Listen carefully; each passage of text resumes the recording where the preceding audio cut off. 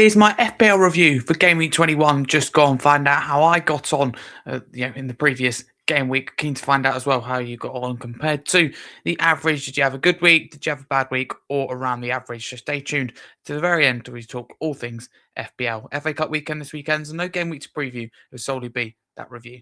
Came along, just like a song, and brighten my day. Who'd have believed that you were part of the dream? Now it all seems like years away. You know I can't smile without you.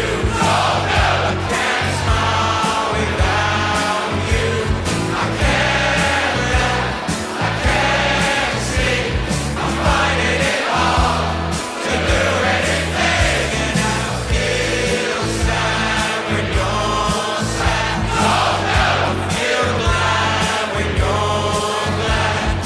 If you only knew what I'm going through, I just can't smile without you. What's happening, people? Welcome back to my YouTube channel. I hope you're keeping well. If you're new, please do subscribe. We want to take this from here to here. Appreciate all your support because the channel is doing well and it wouldn't be possible, honestly and factually, without you guys. But let's get straight into it then. I won't waste any more of your time with the FPL review. I mean, hopefully you can see it. Of course, it is small. I wish it could be bigger, but the big talking point, 59 points for me this week in FPL. I'm happy with that, considering the average is 48. If you go back to my preview, I said I was aiming for around 60 points, nearly got there. So, I can't be too unhappy with that.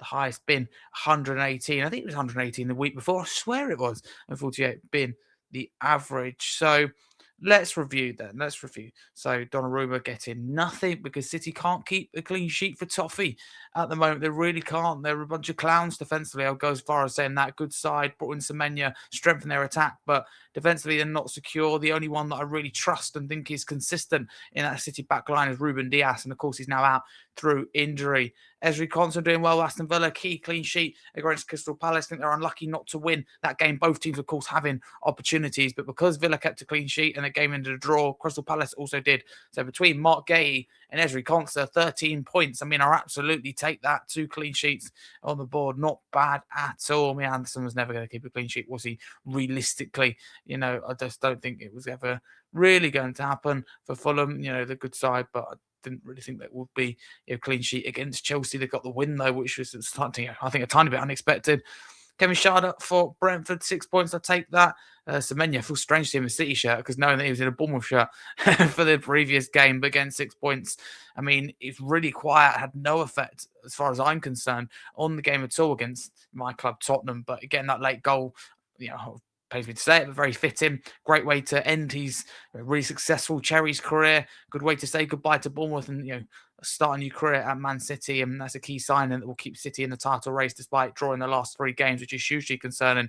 But, it can take the pressure off the defence if you have a good attack. So that will help City. City now have more attacking quality and they have more attacking depth, which they already had. But they've just gone, boom, boom, another level. But, big step up for Semenya. I want to be interested to see how he copes. So, I do want to talk about that just ever so briefly because I think, it's a big talking point. Of course, that move is probably the biggest of the window. I think for 65 million, I think Bournemouth done the right thing. You don't want to hold a player back. If you keep Semenya there and he's not happy for whatever reason, it's not good. I always think end on a high while you can. So it does make a lot of sense. And for Bournemouth, it's a key win against Tottenham. Now and now they know they've lost, Semenya. Let's say they don't bring him in. Well, they don't bring in a replacement or they don't bring in, anyone at all or necessarily the right kind of profile, let's just say, because they could bring in a replacement, but someone maybe not as good, which would be expected. It's very difficult to get someone at the level of Semenya or the potential even of Semenya. But the point is, Bournemouth, that was a key result, and to do it with Semenya's help at the end with that winning goal was very key. Forward line then is where I'm really happy with. Erling Haaland, I mean, definitely not the best captain option in there, but no complaints with captaining him because he did score that penalty. But that's the thing, City only scored through that penalty as well. And Thiago should have been the one I captained. Absolutely on fire. I actually think he'll win the Golden Boot. I honestly do. I think Brentford will finish in the top 8. I think Thiago will win the Golden Boot. You've heard it from me here first. I'm sure I'm the only one. not the only one, I should say, that is thinking that or hopefully even saying it. That's what I think will happen. And credit to Brentford, it wasn't meant to be like this. Set piece coach Keith Andrews, they were expected to be fighting down the bottom. I think if you said, I think Brentford will go down, that's not a crazy thing to say. The players they lost, Norgard, Mbermo, Vissa, Thomas Frank, the whole majority of the coaching staff, other than Keith Andrews and a couple of others. So he's done a fantastic job. I do believe Thomas Frank has had a big impact on why Brentford are doing well. I'm not just saying that as a Tottenham fan, although I am behind Frank. Yes, I do think a lot of credit will not go to, but should go to Thomas Frank, who left this club in a fantastic place. And Keith Andrews has learnt from the master. He's learnt from the best, in my view. But of course, he would have put his own spin on it, and he's doing a great job and deserves his praise and credits for that. As a few times earlier in the season, people forget very briefly his questions being asked of Keith Andrews, is he making the same mistake? And Brentford's away form, but those questions are simmered down, and he's got the full support of the Bees fan base at the moment, and rightly so.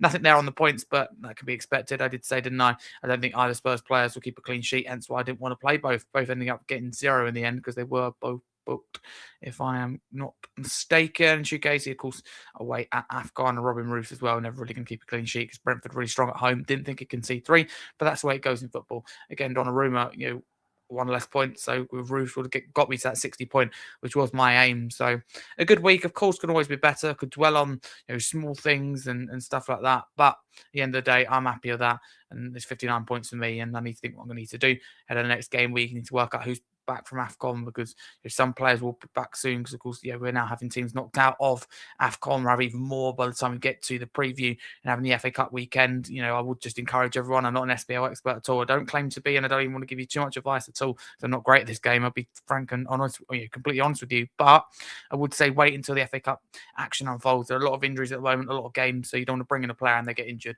That happens so much more than you think. It happens to millions of FPL players. To be no joke with that as well. So be careful with that. But let me know what you got, I should say, in FPL this week, Game Week 21. Did you beat me? Let me know in the comments below. But thank you very much for watching. I hope you're enjoying these FPL videos. I'm unsure whether to keep them, as we start a new year now. So if you are liking them, let me know, and I will keep them here. If not, we're looking to how we can change them or scrap them to focus on other content. But for now, they are here. I enjoy doing them, but it needs to be that you enjoy them as well and take something out from it, because the difficult thing is I can't offer advice, but hopefully you hear, we enjoy hearing how bad I do an FPL, but also I do want to make this interactive. I want to get you involved. Please drop me an email, scarfharry323@gmail.com. Get in touch with me at Harry Scarfe22 across social media. Drop a comment here on YouTube. Let me know how you got on in fantasy football. What are your transfer plans for Game Week 22 when you eventually come round to it in over a week's time after the FA Cup? And how did you get on this week? I do want to hear it as well. But thank you very much. I hope you've done well. And I'm sure you probably beat me still. Came along, just like a song, and bright